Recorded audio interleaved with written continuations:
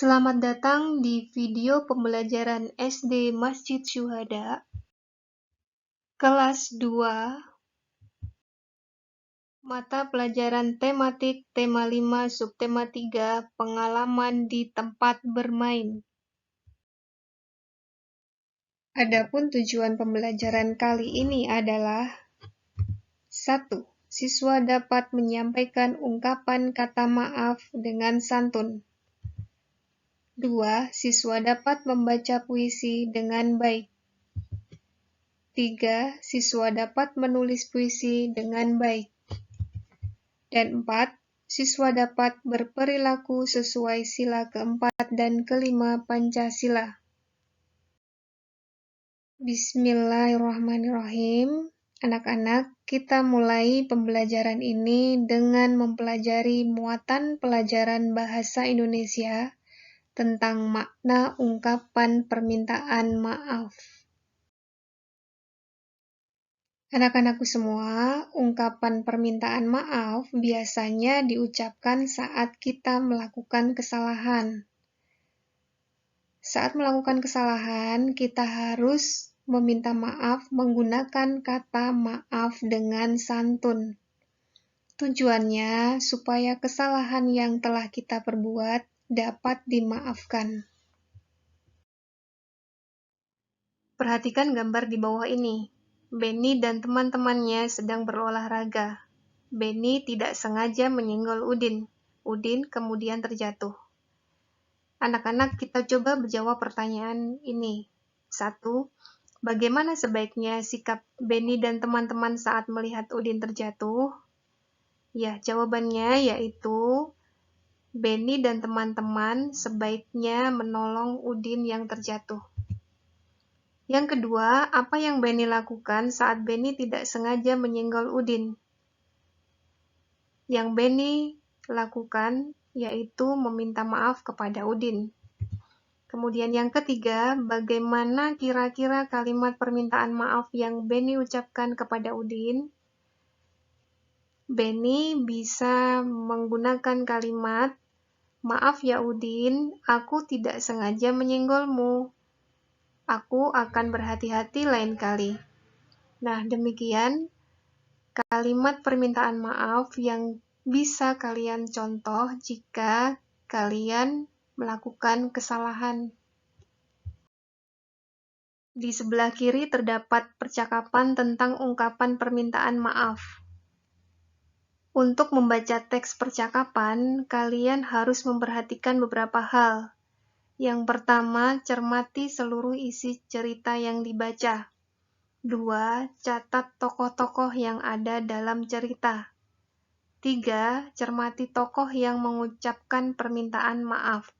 4. Cari alasan tokoh tersebut meminta maaf.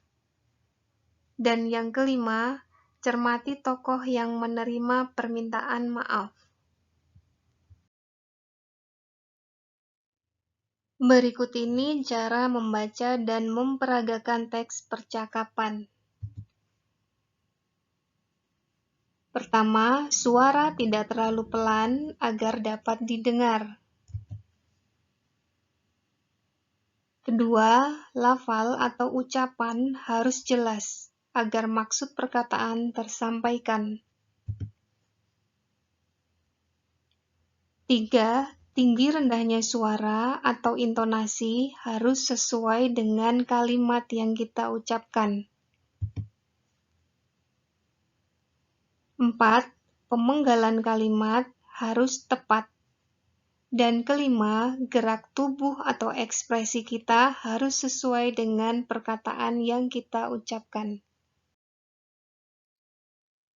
Anak-anak, kalian sudah mengenal puisi ya?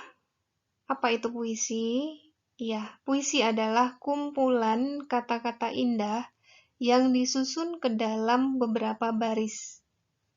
Untuk dapat mengetahui isi puisi, kita dapat membaca puisi dengan sungguh-sungguh. Kita juga dapat membuat pertanyaan untuk mengetahui isi puisi tersebut. Nah, untuk membuat pertanyaan, kita dapat menggunakan kata tanya.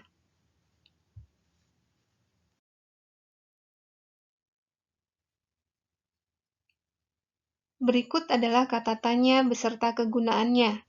Ada kata tanya apa, di mana, kapan, siapa, dan mengapa.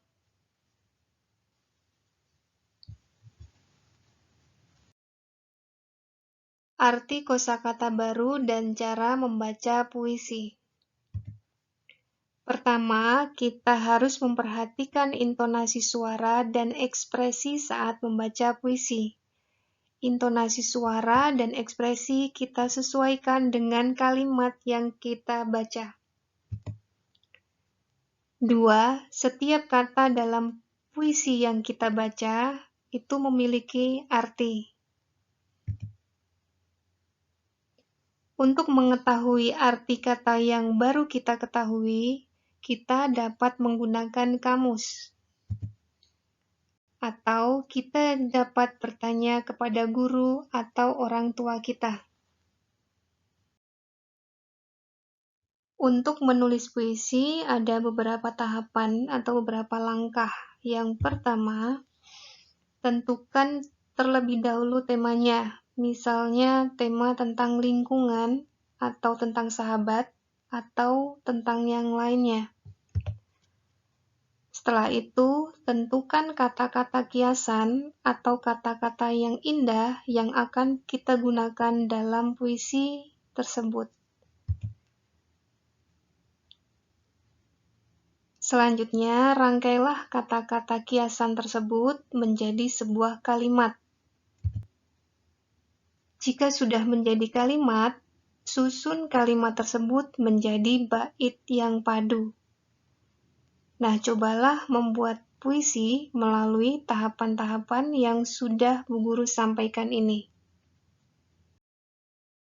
Sekarang kita masuk muatan pelajaran PPKN tentang pengamalan sila keempat dan kelima Pancasila di tempat bermain.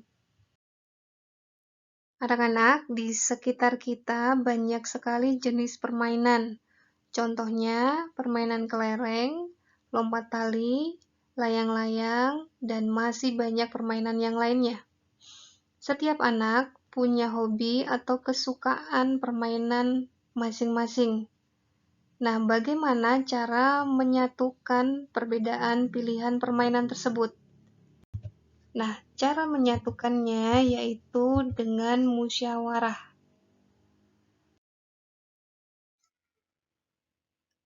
Apa itu musyawarah? Musyawarah adalah berdiskusi untuk mengambil keputusan bersama-sama secara mufakat. Mufakat itu sama juga dengan sepakat atau setuju. Jadi, semua peserta musyawarah sepakat atau setuju dengan keputusan yang sudah diambil. Musyawarah sesuai dengan pengamalan Pancasila sila keempat yang berbunyi, kerakyatan yang dipimpin oleh hikmat kebijaksanaan dalam permusyawaratan dan perwakilan. Berikut ini beberapa sikap yang harus kita miliki saat berdiskusi atau saat bermusyawarah. Yang pertama, kita tidak boleh memaksakan kehendak atau pendapat kita kepada orang lain. 2. Menerima hasil musyawarah dengan senang hati. 3. Mendengar pendapat teman. 4. Tidak memotong kata-kata teman saat berdiskusi. Dan yang kelima, menggunakan kata yang santun saat memberi pendapat. Saat bermusyawarah, kita harus bersikap adil. Nah, adil sesuai dengan pengamalan Pancasila sila yang kelima, yang berbunyi, keadilan sosial bagi seluruh rakyat Indonesia.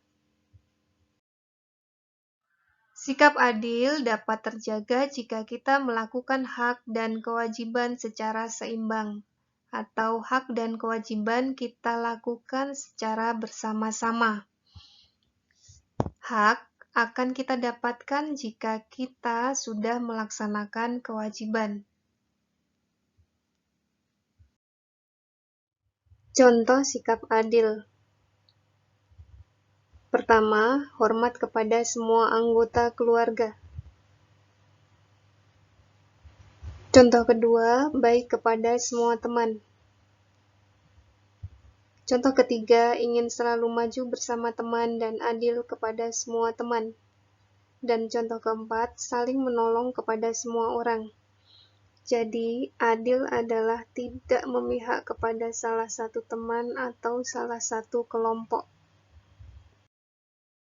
Bu Guru beri contoh hak dan kewajiban yang harus kita lakukan di tempat bermain. Seperti kita ketahui, di tempat bermain banyak sekali fasilitas bermain yang dapat kita gunakan. Nah, menggunakan fasilitas bermain tersebut merupakan hak kita. Tapi kita juga harus melakukan kewajiban, yaitu merawat dan menjaga fasilitas di taman supaya tidak lekas rusak. Kemudian, kita juga berhak mendapatkan tempat bermain yang bersih. Akan tetapi, kita harus melakukan kewajiban dulu, yaitu membuang sampah pada tempat sampah. Nah, itu artinya hak akan kita dapatkan kalau kita sudah melaksanakan kewajiban.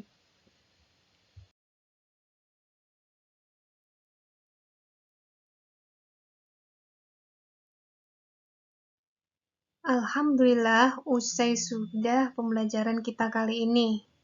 Kalian bisa mengulang pelajaran ini dari awal sampai akhir. Selamat belajar ya.